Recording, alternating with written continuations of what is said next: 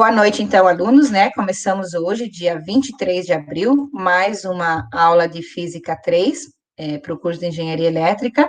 Hoje a gente vai falar um pouquinho a respeito de força magnética, forças, e aí na próxima aula a gente dá uma continuidade aí, que são forças geradas por correntes elétricas. Então, o nosso conteúdo de hoje é relativamente fácil, digamos assim, né?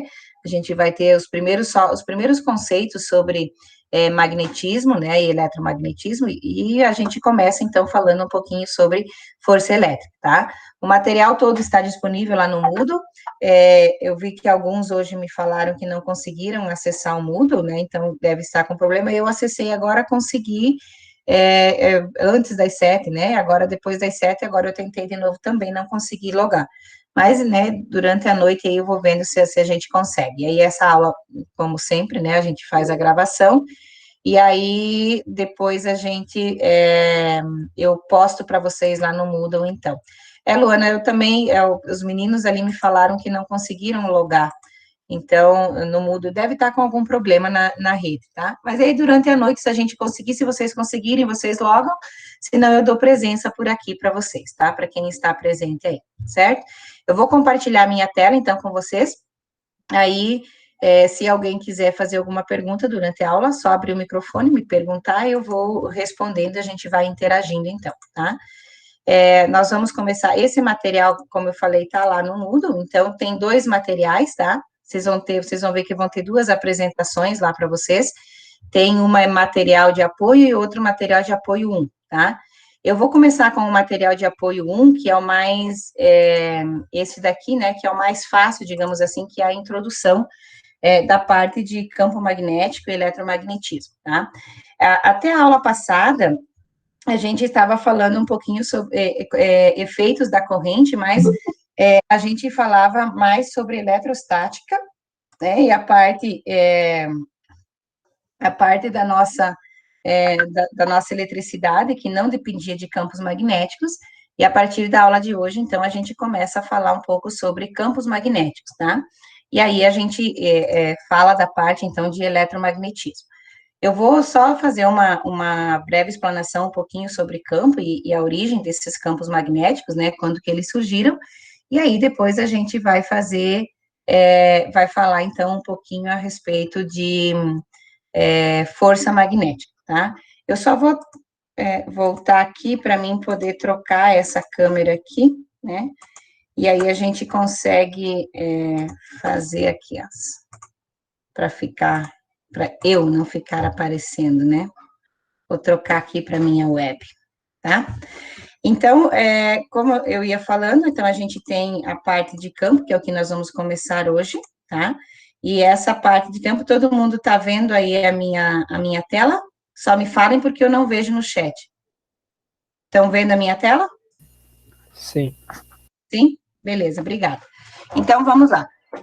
Quando a gente fala de magnetismo ou eletromagnetismo, a gente tem que lembrar que magnetismo vem de magnetita, ou da região da magnésia, tá? Que é uma região da Ásia Menor, basicamente na Turquia, né? E que lá encontra-se um minério chamado magnetita, tá? E que é o nosso ímã natural. Então, o que é, na verdade, a magnetita, o ímã natural? Ele é um minério, né? É uma pedra, né? Um mineral que a gente encontra no seu estado in natura, e ela tem o quê? A propriedade de atrair materiais ou objetos ferromagnéticos, né? Ferrosos, que a gente diz. Tá? Então, esse nome magnetismo vem exatamente disso, né? Dessa rocha magnetita, que ela tem essa propriedade específica, então, de atrair metais, né, ou materiais ferromagnéticos, certo? Então, tem ali, ó, a composição dessa magnetita, então, óxido de ferro 2 e 3, né, Fe3O4 ou Fe2O3, né? Essa forma do ímã, na verdade, né, que é um ímã natural, então ela tem uma densidade basicamente de 5,18 gramas por centímetro cúbico, né, e ela tem essa propriedade, então, de atrair esses polos. O que a gente tem que pensar? Que toda vez que a gente tem um ímã, a gente vai definir esse ímã como tendo um polo norte e um polo sul, tá? Então, obrigatoriamente, vocês vão ver que a gente, quando fala de um ímã, ele vai ter, ó, aqui eu tenho 3 propriedades específicas dos ímãs que a gente conhece, né? A primeira das propriedades é a polaridade, então eu sempre vou ter um polo norte e um polo sul, tá? A gente costuma dizer assim, ó, que as linhas de campo, depois a gente vai estudar mais apropriadamente essas linhas de campo dos ímãs, né? Eles saem do polo sul e entram no polo norte, tá? E isso a gente vai ver depois que a gente pode, por exemplo, definir isso na Terra, e a Terra é um grande ímã. Isso explica, por exemplo, as auroras boreais que a gente tem no Polo Norte, tá? Por quê? Porque o Polo Norte seria a nossa entrada de campo magnético, do campo magnético da Terra, né? Dessas linhas de campo magnético. Então, a gente tem aqui o Polo Sul e o Polo Norte, então esse é o primeiro princípio de um ímã, tá? Eu sempre vou ter essa polaridade, então ele vai ter 2 polos específicos que a gente conhece como Polo Sul e Polo Norte. Embora algumas pessoas ainda falem positivo e negativo, vocês têm que lembrar, assim, ó, que positivos e negativos são para campos elétricos, tá? Campos magnéticos, a gente vai ter Polo Norte e Polo Sul, certo? Para a gente poder identificar essas duas coisas, separar campos elétricos de campos magnéticos. Então, os campos elétricos, as cargas elétricas, elas são positivas e negativas. Os campos magnéticos, né, as linhas de forças magnéticas, elas são determinadas como Polo Norte e Polo Sul, tá? O segundo princípio básico dos ímãs é a questão da atratibilidade, né? Ou seja, eu posso ter atração e posso ter repulsão, assim como as cargas. Só que a única diferença é que, na verdade, lembram lá quando a gente tinha, quando a gente tinha os ímãs, né, as cargas, desculpa, a gente tinha uma carga positiva separada de uma carga negativa. O que que acontece aqui nos ímãs? A gente vai ter sempre os 2 polos no mesmo ímã, tá? E aí nós vamos ter, como antes a gente tinha carga positiva atraía negativa, ou seja, polos, cargas diferentes sofriam uma atração, aqui também, os polos diferentes é que sofrem atração. Então, o polo norte atrai o polo sul, assim como o sul atrai o norte, né? Polo norte e norte ocorre a repulsão, polo sul com polo sul também repulsão, tá? Assim como nós tínhamos positivas e positivas, negativas e negativas, né? Então, cargas iguais se repelem, cargas diferentes se atraem. Nos ímãs, polos iguais se repelem, polos diferentes se atraem, tá? E a questão, então, da inseparabilidade dos polos, que é a terceira das propriedades. O que significa isso? Que eu nunca vou conseguir separar os polos de um ímã, ó. Se eu pegar esse primeiro ímã aqui grande, ó, e cortar ele exatamente no meio, ele passa a ter novamente um polo norte e um polo sul. Só que agora eu vou ter 2 ímãs, ó. Esse lado continua sendo o norte e esse daqui o sul, ó. Por quê? Porque as cargas, elas estão, aliás, as linhas de campos, né? Elas estão ordenadas aqui entrando no Polo Norte e saindo no Polo Sul, né? Entrando no Polo Norte e saindo no Polo Sul. Então, se eu for cortando esses ímãs, ó, eu sempre vou ter os polos Norte e Sul, por infinitamente pequeno que seja esse ímã, tá? Eu posso ter uma migalha de ímã, uma partícula microscópica de ímã, e ele vai ter um polo norte e um polo sul, tá? Então, eu nunca vou conseguir separar aqui os polos de um ímã, tá? Vamos ver lá, o Arthur. Boa noite, Arthur. Continuando, então, a aula, só participei, eu tô compartilhando a minha tela com vocês, tá? E explicando sobre magnetismo. Então, aqui, eu tenho 3 propriedades específicas, então, tá? Da polaridade, que eu vou ter sempre um polo norte e um polo sul, da atratibilidade, que significa o quê? Que polos iguais se atraem, polos iguais se repelem, polos diferentes se atraem, e a inseparabilidade dos polos, quer dizer que por mais que eu separe um ímã, eu nunca vou conseguir separar os polos desse ímã. Então, um ímã, uma barrinha de ímã, por minúscula que ela seja, ela vai ter os 2 polos, então, tá? Ela sempre vai ter o polo norte e o polo sul. E aí, o que que acontece, ó? Quando a gente tem esses ímãs, a gente vai acabar tendo campos magnéticos, né?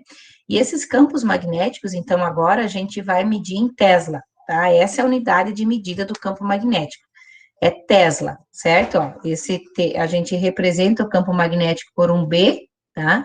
Um B maiúsculo e em negrito, ou com uma flechinha em cima, porque esse campo magnético, ele é um campo vetorial, tá? Assim como o campo elétrico era, tá? Então, ele é vetorial. O campo elétrico, a gente determina por Newton por Coulomb, ou volt por metro, né? Tanto faz. E o campo magnético, a gente determina ele em Tesla, tá? Então, essa é a unidade de medida. Como é que a gente desenha o campo? Ó, se nós estivéssemos lá no laboratório, nós íamos fazer isso hoje, tá? Então, a gente consegue aqui, põe um imãzinho, joga uma limalha de ferro, ó, e a gente vai ter esse desenho aqui, ou seja, nós vamos ter linhas de campo curvas aqui, ó, por quê? Porque ela sai do polo sul e entra no polo norte, né, ó, sai do sul e entra no norte, e aqui eu vou ter as linhas das pontas, ó, então, essas aqui é como se elas continuassem aqui, ó, saindo do sul e entrando aqui no norte, tá?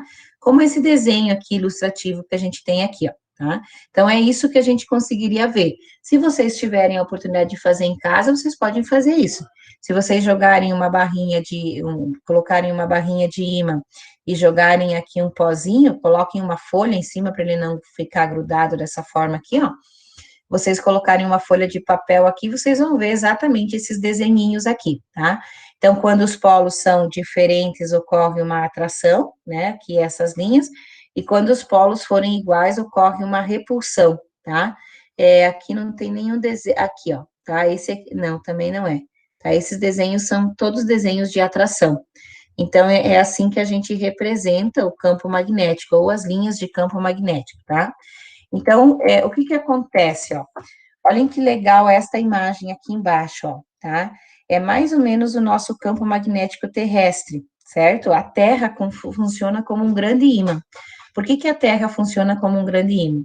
Segundo alguns estudos, né, algumas fontes, a teoria mais aceita é que como nós temos um núcleo quente e ferroso, né, e ele é muito quente, é líquido, está em alta rotação, porque como a Terra tem um movimento de rotação, então esse núcleo de ferro fundido, né? Porque a Terra não deixa de ter um núcleo de ferro, né? De materiais ferromagnéticos e líquidos, né? Então eles estão um núcleo de ferro fundido a alta temperatura, faz com que esse giro desse material provoque então um campo magnético, né?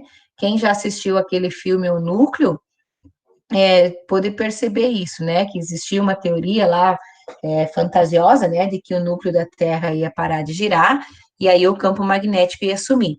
Olhem que lindo que é o campo magnético terrestre, tá? Vejam bem, nós estamos protegidos aqui por um campo praticamente, né, invisível, na verdade, e esse campo invisível nos protege de vários tipos de radiações da atmosfera, tá?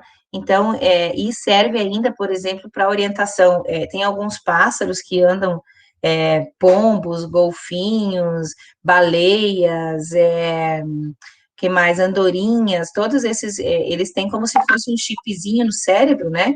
E eles conseguem se orientar pelo campo magnético da Terra. Então, as suas orientações de voo, né, de migração, são orientadas pelo campo magnético, tá?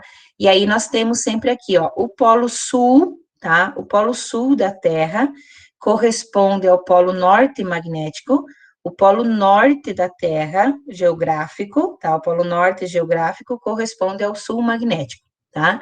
Então, o que que eu tenho aqui, ó? Eu vou ter, ó, o norte magnético, né? E o norte e o sul magnético, tá? Então, olhem aqui, ó, o polo norte geográfico corresponde praticamente ao sul magnético, assim como o sul geográfico corresponde ao norte magnético, tá? Então, vejam o que que acontece aqui, ó. E se eu deixar ele no eixo X e Y, o norte geográfico e o sul geográfico, ó, eles são exatamente alinhados aqui como se fosse o eixo Y, tá? O polo magnético, ele é um pouco afastado, certo? Então, por exemplo, assim, a orientação da bússola, vocês já ouviram falar muito, isso lá no ensino médio também, né? Que a nossa bússola se orienta sempre o polo norte, né? Por que que a bússola orienta o polo norte? Porque ela se orienta pelo campo magnético. Só que, na verdade, ela aponta para o norte geográfico, tá? Mas a bússola em si, o funcionamento magnético dela, é porque ela tem o norte o norte magnético dessa bússola vai apontar para o sul magnético dela, tá? E aí o norte geográfico da bússola corresponde exatamente ao sul magnético, tá? Então eles estão um pouquinho deslocados um do outro aqui, ó, mas eles são correspondentes, tá? A gente aqui tem o grau de inclinação, ó, entre eles é bem pequeno, certo? Ó, aqui eles mediram em alguns anos, né, 2004 a 2001, e há uma pequena mudança. Por quê? Porque há uma pequena mudança no eixo de rotação, tá? Então, o nosso campo magnético aqui, ó, a Terra funciona como um grande ímã, tá? E aí, aqui existem as devidas auroras boreais, né? Aurora boreal no Polo Norte, aurora austral no Polo Sul, tá? Então, a gente tem esses fenômenos aqui, ó. O que que são esses fenômenos, tá?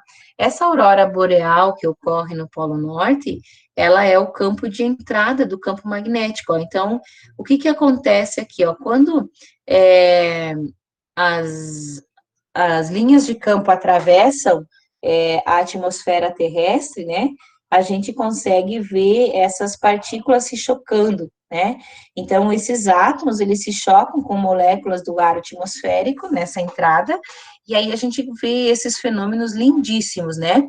Eu nunca vi, é um sonho meu poder ir para o Polo Norte, verificar a aurora boreal, ou no Polo Sul, a aurora austral, tá? Isso aqui ocorre sempre, né, com intenso brilho e muito colorido. Por quê? Porque ocorre esse choque, né, entre as partículas, e aí libera-se, então, uma grande quantidade de energia, né, e essa energia a gente consegue ver como se fossem raios constantes, né, descendo aqui na atmosfera do planeta, tá? Então, quem viu já, e, né, a gente vê essas fotos e tal, é um fenômeno muito bonito, certo? E ele ocorre constantemente, tá? Então, ó, é o fenômeno, né, olha aqui, ó, o fenômeno é mais visível normalmente de setembro a outubro e de março a abril, tá?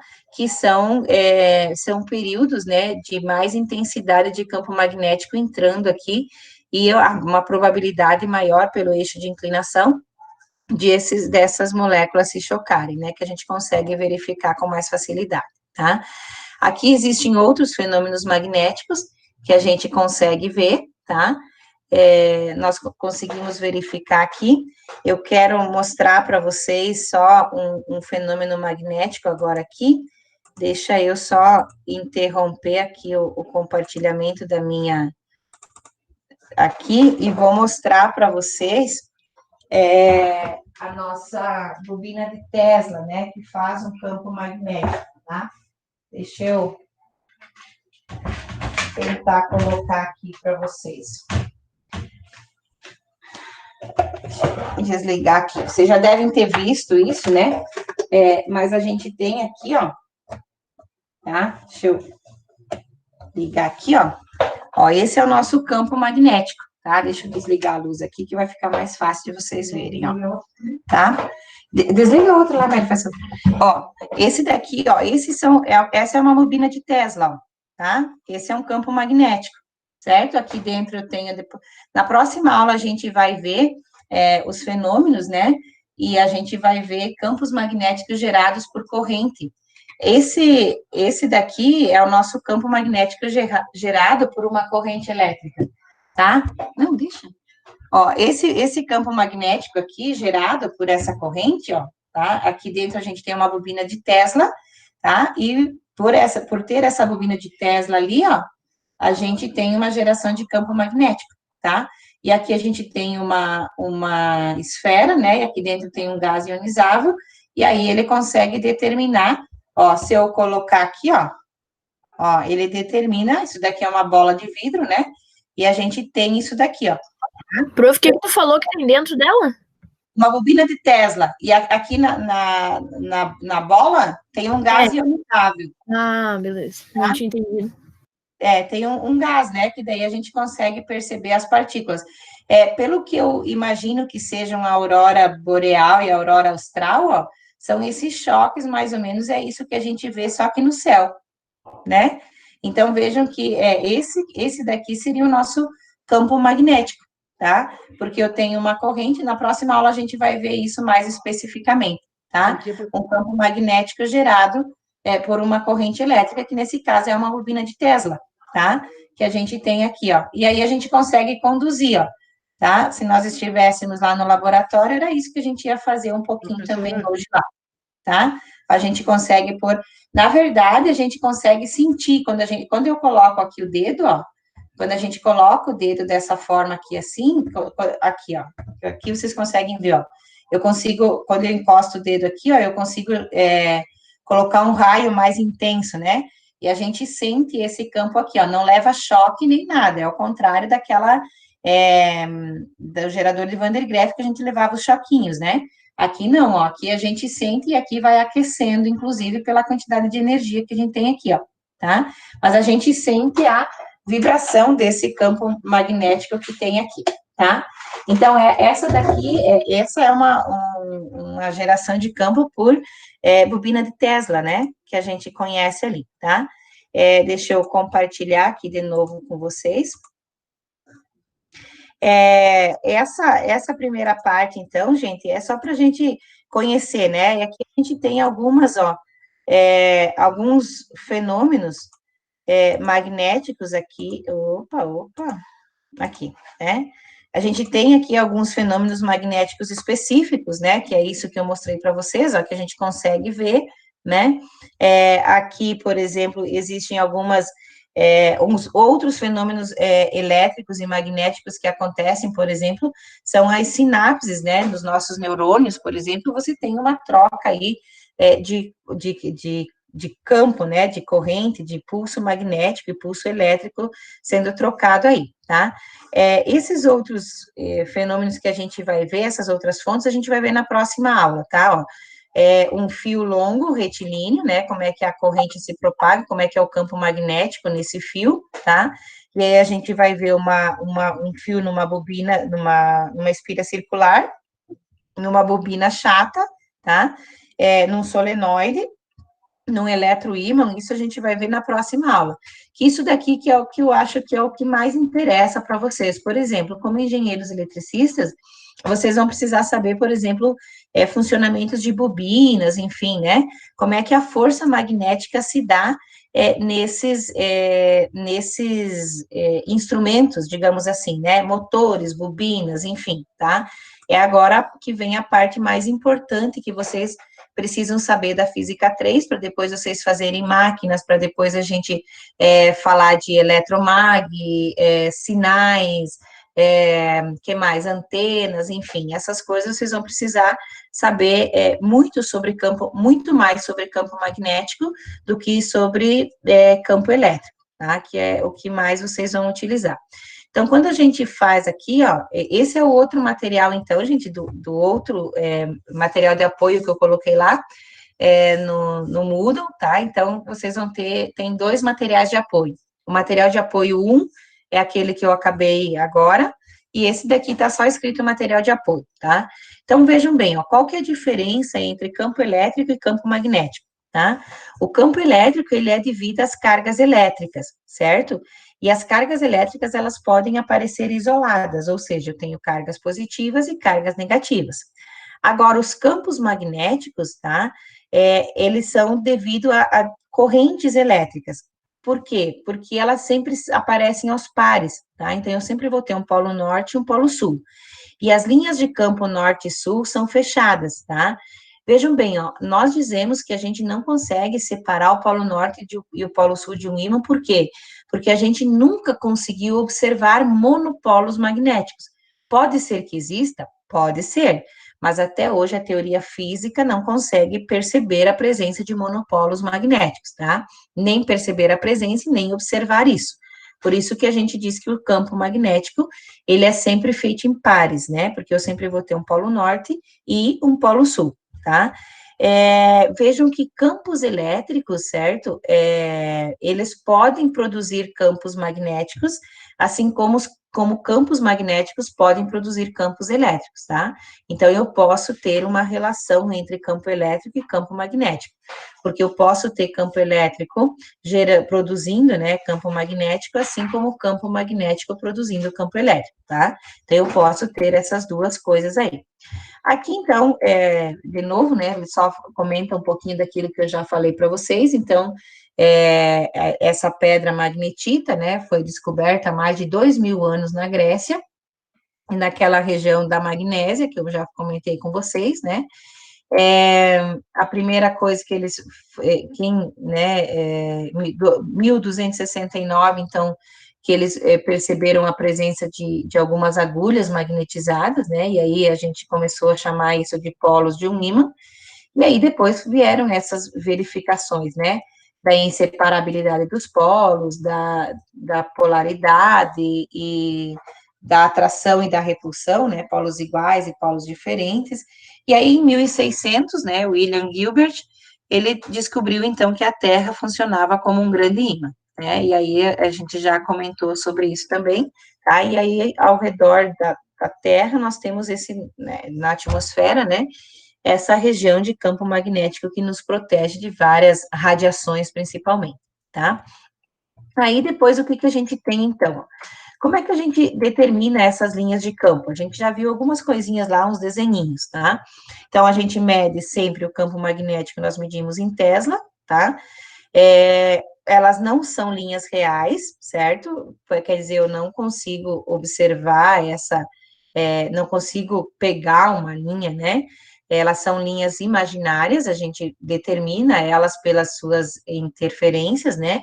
Pelas suas interações, mas a gente não consegue defini-las, tá? A gente determina elas assim, dessa forma, pelas suas interações magnéticas, tá?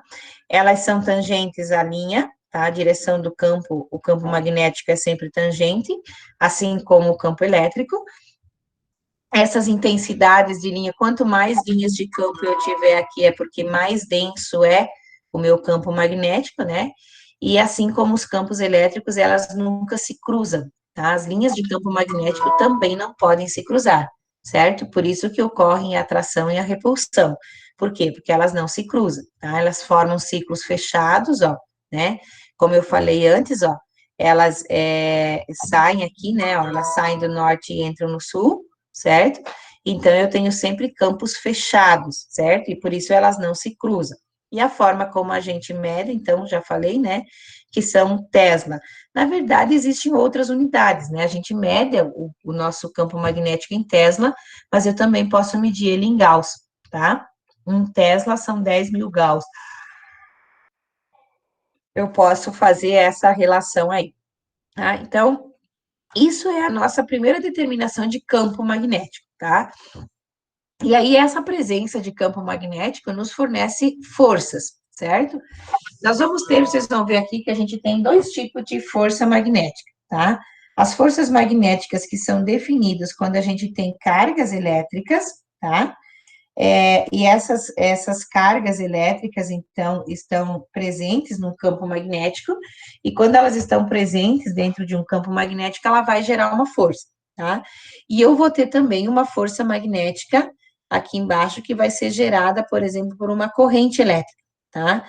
Então, num fio condutor, por exemplo, quando eu tiver uma corrente, eu vou ter também uma força magnética. Então, na verdade, a gente vai ver agora que existem duas formas da gente definir a força magnética, tá? O que significa a primeira das forças magnéticas, tá?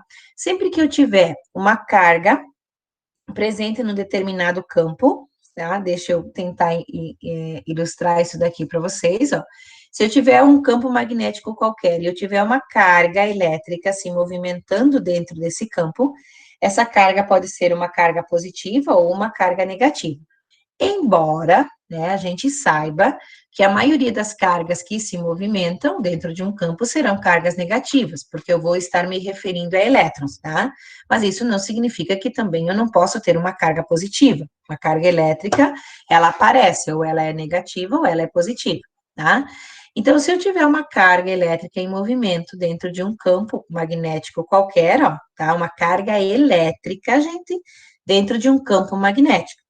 Se essa minha carga estiver em movimento, significa que ela tem uma velocidade v, tá?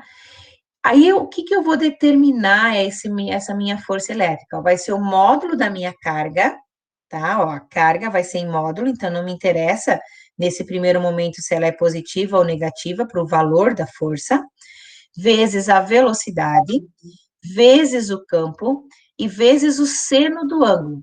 Que seno é esse?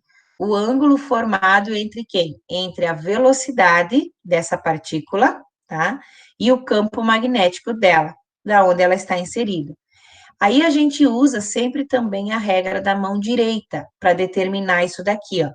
Então, o que que acontece, ó? Se a carga for positiva, o que que nós vamos definir, gente, tá? Esse desenho aqui, ó, tá um pouco complicado aqui da forma como eu costumo determinar para vocês. Então, eu vou voltar aqui a minha câmera, tá? Vou parar aqui a apresentação e vou voltar aqui para a minha câmera para vocês verificarem aqui, ó. Deixa eu só mudar aqui as configurações para vocês me verem novamente, tá? O que que acontece pela regra da mão direita, gente?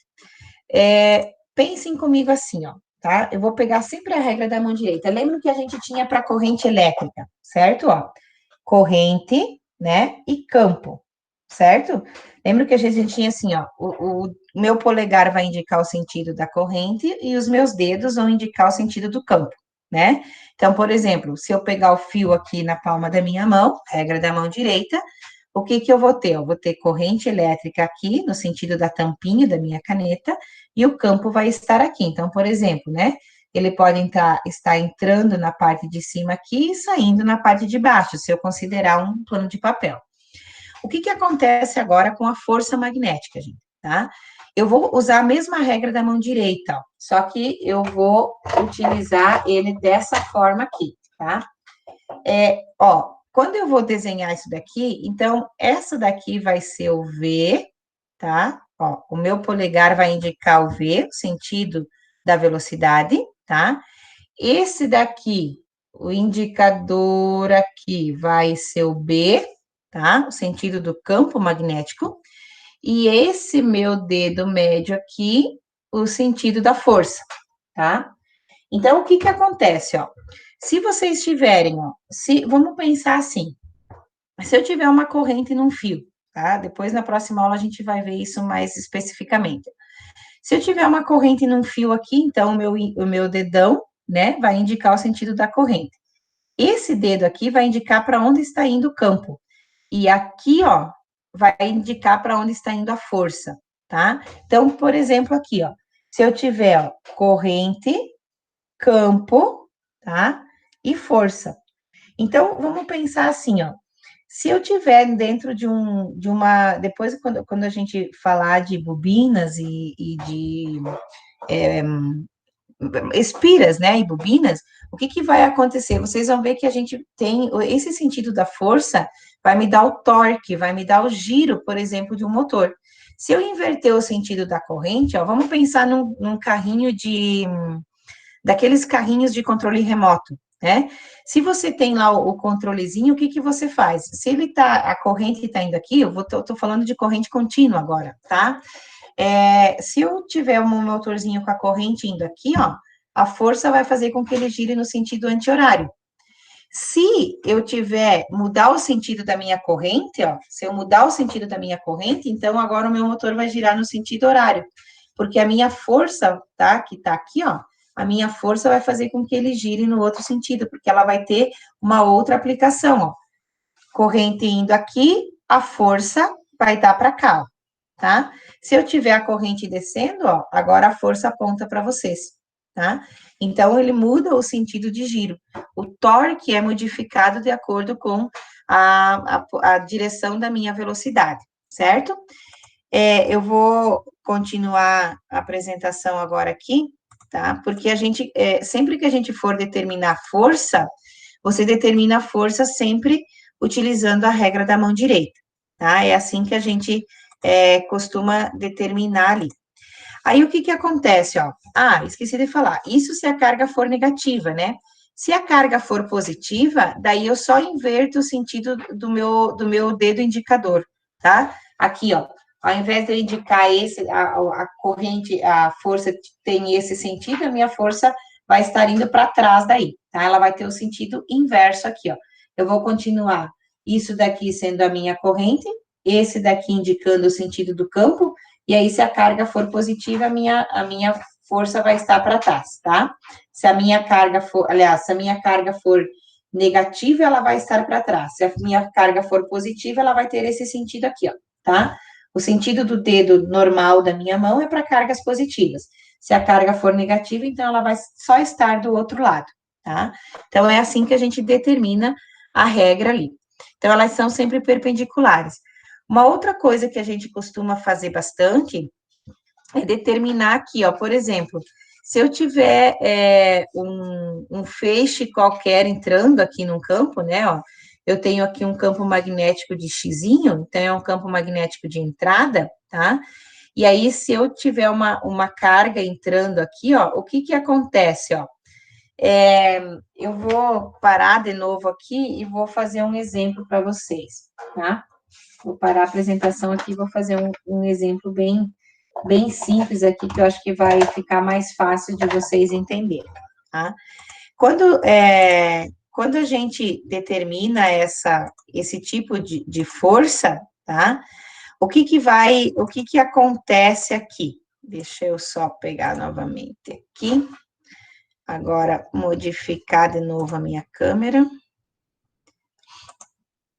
Para vocês perceberem aqui o que acontece nesse caminho nosso aqui, ó. Vamos pensar assim, ó, eu vou ter agora um campo magnético de entrada, tá? Então, eu vou fazer aqui um monte de xizinho, tá? Isso indica que aqui eu tenho um campo magnético entrando na folha de papel, tá? O que significa esse campo entrando na folha de papel, ó?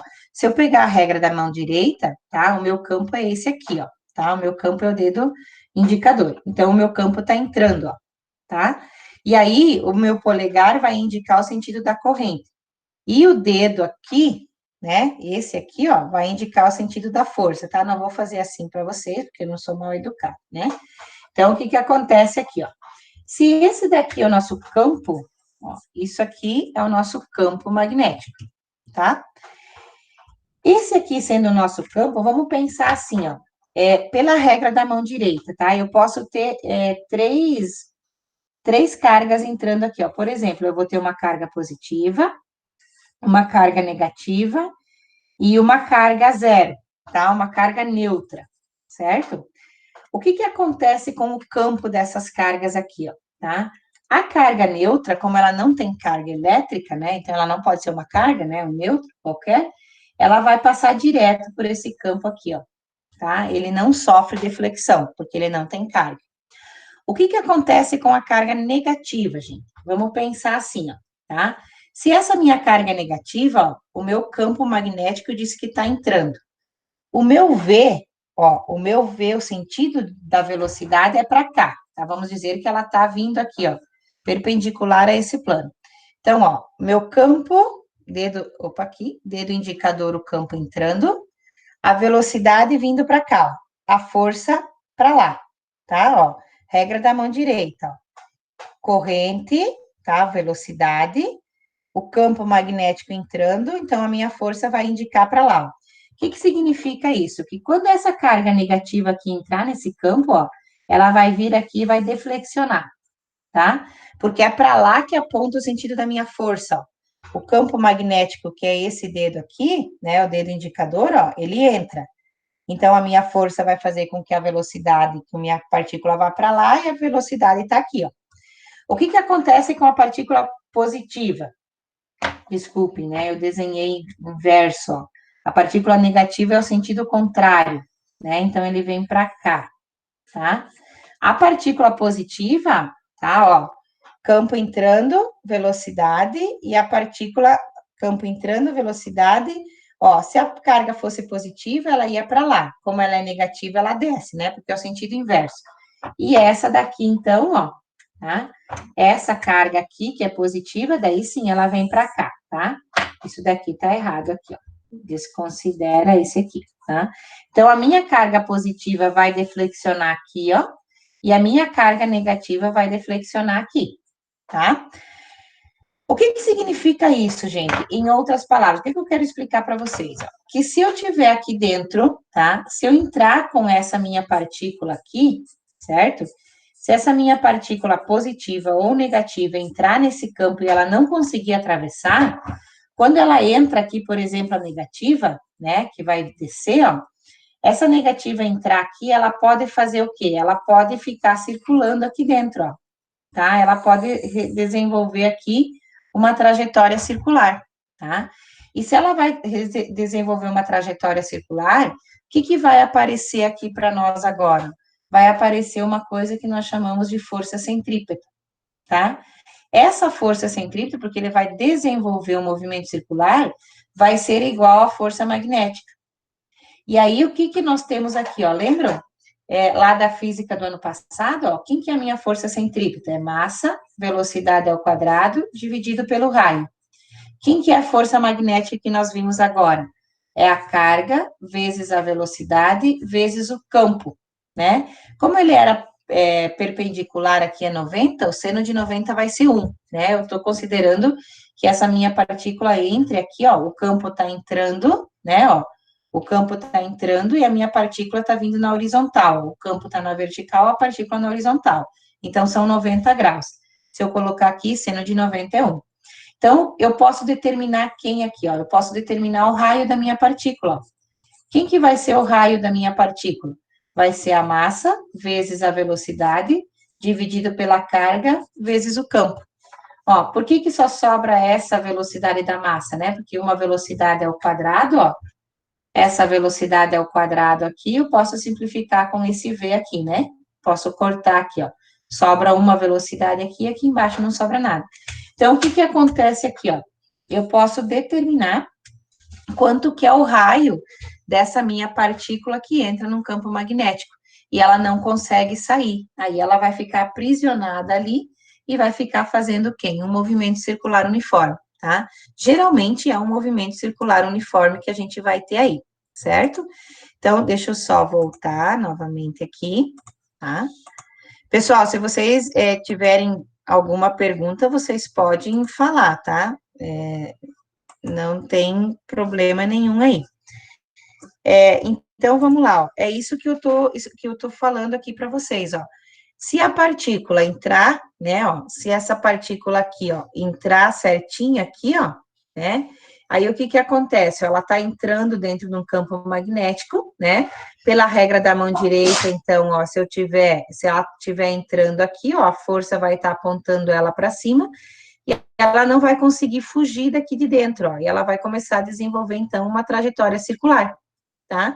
Como é que a gente determina essa trajetória circular, então? Está aqui, ó, a força magnética, né, ou a força de B, do campo magnético, vai ser igual à nossa força centrípeta, né, ou a nossa aceleração aqui da segunda lei de Newton, né, ó, ele usa aqui a segunda lei de Newton, aceleração centrípeta. Então, a minha aceleração centrípeta vai virar a força centrípeta, né, ó, V ao quadrado dividido pelo raio. Então, o nosso raio pode ser quem? A massa vezes a velocidade dividido pela carga vezes o campo. É exatamente isso que nós determinamos aqui, tá?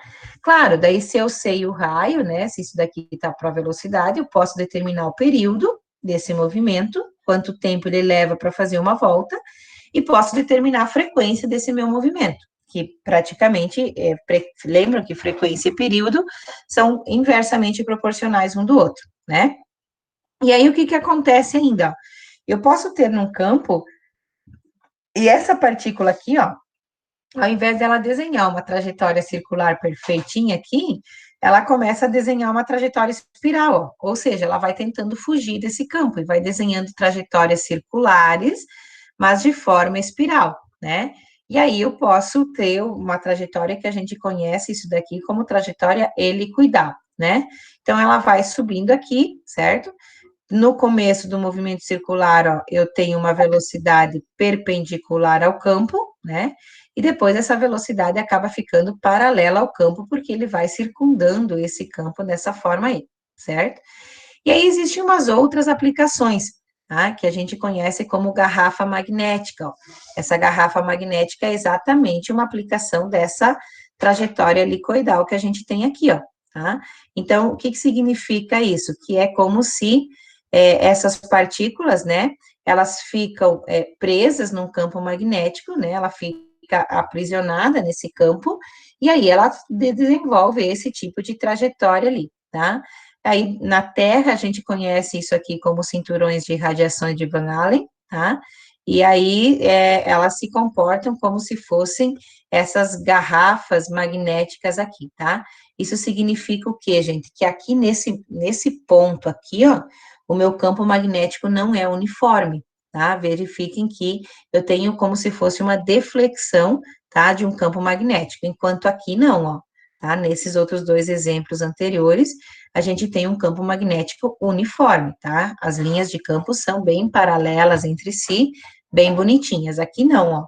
Aqui eu tenho certas deflexões do campo magnético, assim como aqui, nesse cinturão de radiação, e aí eu tenho essas aplicações ali, essas minhas partículas ficam aprisionadas ali, e elas começam a desenvolver uma trajetória helicoidal, né, espiral em torno dessas linhas de campo aqui, tá? Então, é como se ela ficasse presa e não conseguisse sair, certo?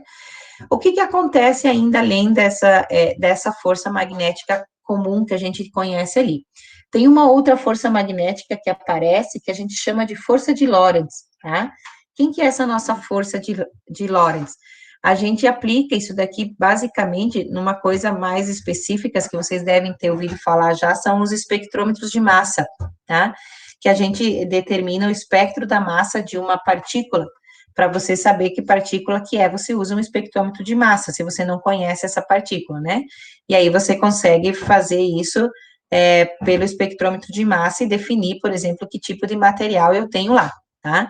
Então, essa minha força de Lorentz, lembra que a gente tinha lá a força elétrica, era a carga vezes o campo, tá? Então, agora a gente vai ter a carga vezes o campo mais a força magnética, ó. É a força elétrica mais a força magnética, tá? Então, essa força de Lorentz é a soma das duas, ó, é a relação entre o campo elétrico, tá, e o campo magnético, ou seja, eu tenho a força elétrica da aplicação dessa partícula, mais a sua força magnética, tá, que a gente determina ali. Tem algumas coisas que a gente conhece, né, ó, que são os filtros de velocidade, espectrômetro de massa. Uma outra coisa que a gente vai usar bastante depois lá em eletromag é esse efeito Hall, tá? Que é quando você movimenta aqui, tá? Eu vou explicar isso também mais especificamente na próxima aula, né? Que são as densidades volumétricas de corrente, tá? Densidade de corrente elétrica, que a gente viu um pouquinho também, mas isso aqui a gente aprofunda um pouquinho lá na parte de eletromagnetismo, tá? Então, esses aqui ó, é o nosso efeito Hall. Significa o quê? Que se você tiver um condutor achatado, né, não é um fio, por exemplo, é uma placa, né, e você tem essa placa, é uma placa condutora, e ela pode ser, então, você tem portadores de cargas positivos e portadores de cargas negativos, dentro é como se fosse dentro do mesmo fio, só que como isso daqui não é um fio, né, é uma placa, então você tem portadores de cargas positivas e negativas dentro do mesmo espaço, tá? É isso que a gente tem. Isso daqui a gente vai ver mais especificamente lá em eletromag, tá? Aí, lembra, então, essa é uma das formas que a gente determina força magnética, tá? Então, a gente pega a carga, vezes a velocidade, vezes o campo magnético e vezes o seno do ângulo formado entre o B e o V, tá? Se não for perpendicular. Agora, eu posso ter, então, além de um campo, eu posso ter um fio cheio de corrente elétrica.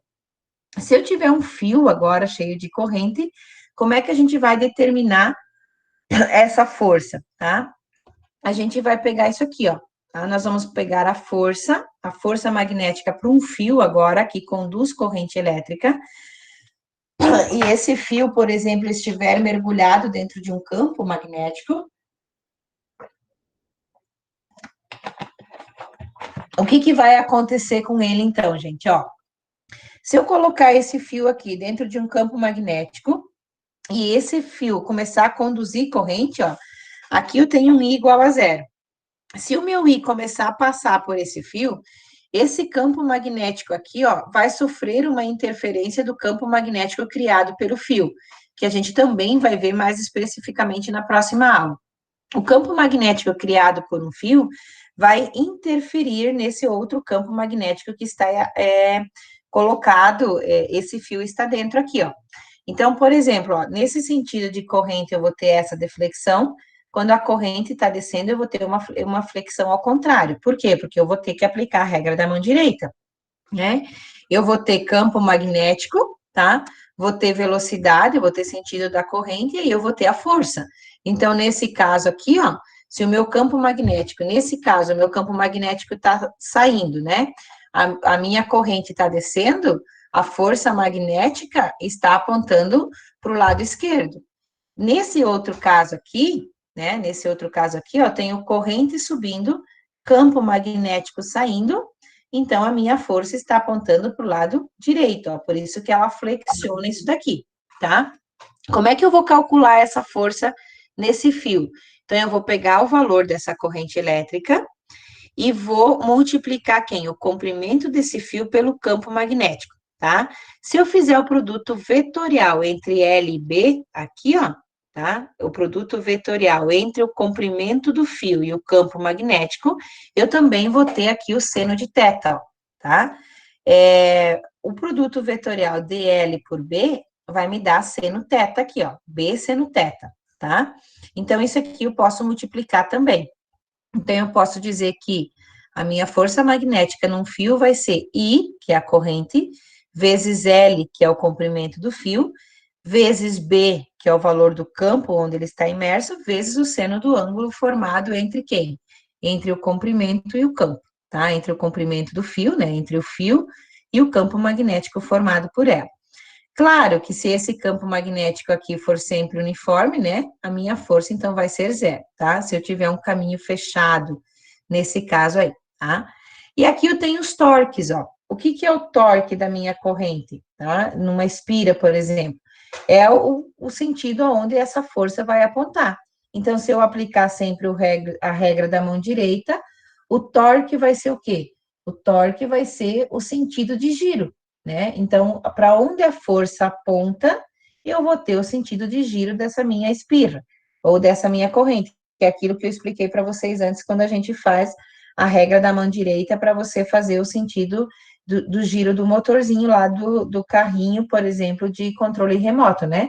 Se eu tiver uma corrente contínua, como é o caso das pilhas e das baterias, se eu jogar uma corrente contínua ali, se eu mudar o sentido da corrente, e mudo o sentido de giro, né? Ou seja, eu mudo o sentido do torque da aplicação da minha força, né? Então, se eu colocar num sentido, eu vou ter o torque e a força girando, né? A força fazendo com que o torque aconteça no movimento horário. Se eu mudar o sentido da corrente, eu vou ter o torque, a minha força mudando e fazendo o sentido anti-horário, tá? Na próxima aula, eu vou tentar trazer para vocês, vou tentar fazer aqui mesmo um motorzinho, tá? Vou mostrar para vocês como é que a gente consegue mostrar essa força de giro, esse torque, num motorzinho bem comumzinho ali, feito com uma espiral de fio de cobre, tá? E 2 ímãs, certo? Você já deve ter feito isso lá no ensino médio também, tá? E a gente consegue fazer com que ela gire, então esse torque depende de quem? Depende da minha força, tá?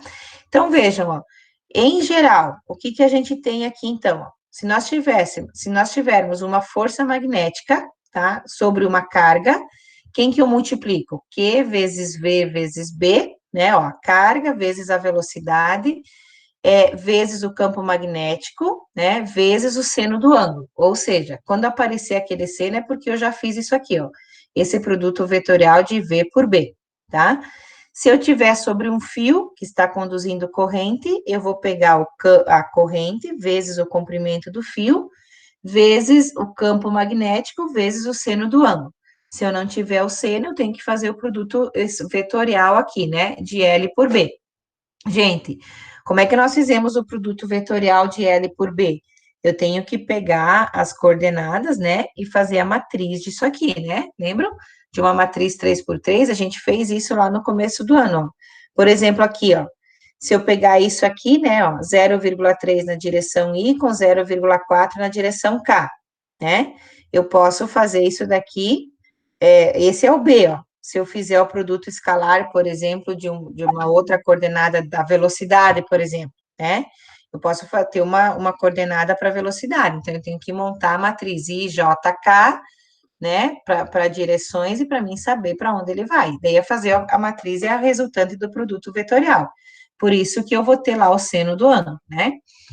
A outra formulazinha, então, ó, a força magnética sobre uma carga, a força magnética sobre um fio, a força de Lorentz, né, que aparece quando eu somo a carga, a força elétrica mais a força magnética, então, ó, a carga vezes o campo elétrico mais a carga vezes a força magnética, né, ó, V é produto vetorial B, tá, que é a mesma coisa aqui, se eu quiser resolver isso aqui, vai ficar quem? V vezes B vezes o seno do ângulo, tá? E aí eu tenho um momento no dipolo, que não é interessante para nós agora, e o torque aqui, então, que é só fazer a velocidade, produto vetorial pelo campo, né? Que na verdade é o quê? O que que é o meu torque? É a direção para onde a minha força aponta, né? Que vai mandar, vai me dar o sentido de giro, então, do meu motor, por exemplo, da minha bobina, enfim, né? Geralmente uma espira, um motor, uma bobina, tá? Então, a gente consegue determinar as nossas forças elétricas fazendo essas equaçõezinhas aqui, que eu vou explicar mais a fundo para vocês, né? E a gente vai mais a fundo para vocês na próxima aula, vou fazer um experimentozinho, e a gente vai resolver daí os exercícios, né? Mais especificamente aí, certo? Então, assim, ó, gente, o que que a gente tem que lembrar, né? Desse resuminho que nós temos aí, então, tá? Então, toda vez que a gente for determinar a nossa força magnética, é isso que a gente vai ter que lembrar. Eu vou ter a minha força magnética, ou FB, tá? Porque é de campo magnético, né? Eu posso ter lá quem? A carga, vezes a velocidade, vezes o campo, vezes o seno do ângulo, né? Lembrem que isso aqui, ó, tá? Isso aqui pode ser representado também por quem? Por força magnética igual a Q V produto vetorial B, tá? Então, eu posso ter dessas duas formas aqui, se eu tiver uma carga. Se eu tiver um fio, a minha força magnética pode ser quem? I vezes L, que é o comprimento do fio, vezes B, seno do ângulo, né? De novo aqui, ó, tá? Quem que pode ser isso aqui, ó? Tá? Isso aqui é resultado de quem? De eu fazer a minha força magnética e produto escalar L por B, tá? Comprimento pelo campo, tá? Daí eu tenho lá a minha força de Lorentz, tá? Força de Lorentz, que a gente não usa muito, vou te dizer aqui, né? Que é a soma de quem?